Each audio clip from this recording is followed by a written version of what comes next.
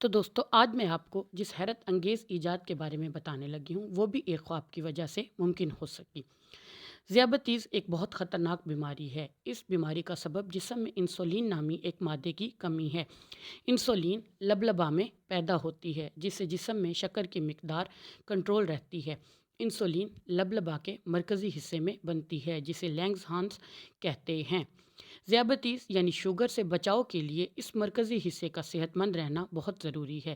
سائنسدان بہت عرصہ تک کوئی ایسی دوا ایجاد نہ کر سکے تھے جس سے لینگز ہانس صحت مند رہ سکیں یا اس بیماری کا علاج ہو سکے۔ اس سلسلے میں تحقیق کرنے والوں میں فریڈرک پینٹنگ بھی شامل تھا۔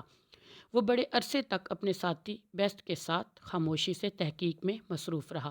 پھر وہ انٹاریو یونیورسٹی سے منسلک ہو گیا اور اپنی تحقیق پر زیادہ توجہ دینے لگا۔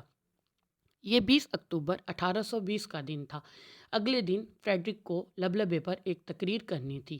وہ کافی دیر تک اس کی تیاری کرتا رہا اور کافی دیر تک اس کے متعلق سوچتا رہا۔ آخر کافی دیر کے بعد وہ اٹھا اور سونے چلا گیا۔ سوتے ہوئے اچانک اس کی آنکھ کھل گئی۔ اس نے نیند میں اپنے پاس پڑا لیمپ روشن کیا اور جلدی جلدی کاغذ پر یہ الفاظ لکھے: کتوں کے لبلبا سے آنے والی نالی باندھ دو، 7-8 ہفتے انتظار کرو، اس کے بعد لبلبا باہر نکال کر اس کا مادہ حاصل کرو۔ یہ الفاظ لکھ کر وہ پھر سو گیا۔ صبح اٹھا، اس نے حیرانی سے اس تحریر کو دیکھا اور پھر اس پر غور کرنے لگا۔ اس سے اس نے نتیجہ نکالا کہ لبلبے سے نکلی دوسری رطوبت جو کہ خوراک ہضم کرتی ہے وہ اس مواد کو ختم کر دیتی ہے جو ذیابیطس کو روکتا ہے۔ اگر اس رطوبت سے نجات حاصل کر لی جائے اور پھر لبلبے کو نچوڑا جائے تو اس بیماری کو ختم کرنے والا مادہ حاصل کیا جا سکتا ہے۔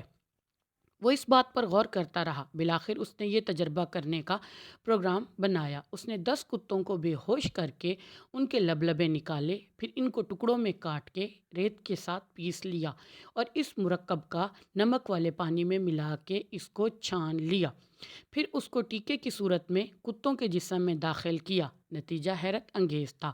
اس نے زبردست کامیابی حاصل کی تھی۔ اس نے تجربہ کو بار بار دہرایا اور ہر بار کامیابی حاصل کی۔ اس طرح فریڈرک کے اس خواب نے ذیابیطس کی بیماری کا علاج دریافت کر لیا جو سائنس کی دنیا میں ایک انقلاب تھا۔